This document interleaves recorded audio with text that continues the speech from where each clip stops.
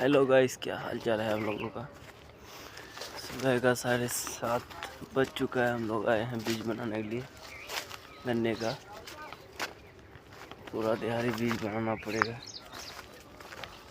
उसके बाद बीजेंगे शाम को या नहीं तो कल। अभी काम बहुत हम लोग का सिर पे पड़ा हुआ है, करेंगे। 4 महीना हो गया हम लोगों को ये काम करने से। पहले गन्ना छिलाई किए, उसके बाद गन्ने बिजाई। तो 10-15 रोज का गन्ने बिजाई का काम है और बस इसको करके आराम करेंगे। दोस्तों लेबर लग चुका है सारा। बस अभी पहले कटाई करेंगे आधा 1 घंटा, उसके बाद छिलाई होगा। अब मुल्ला जी चाय पीला। बस चाय आ गया है, चाय पियेंगे आराम से। चाय का टाइम हो गया है, ये देखिए चाय।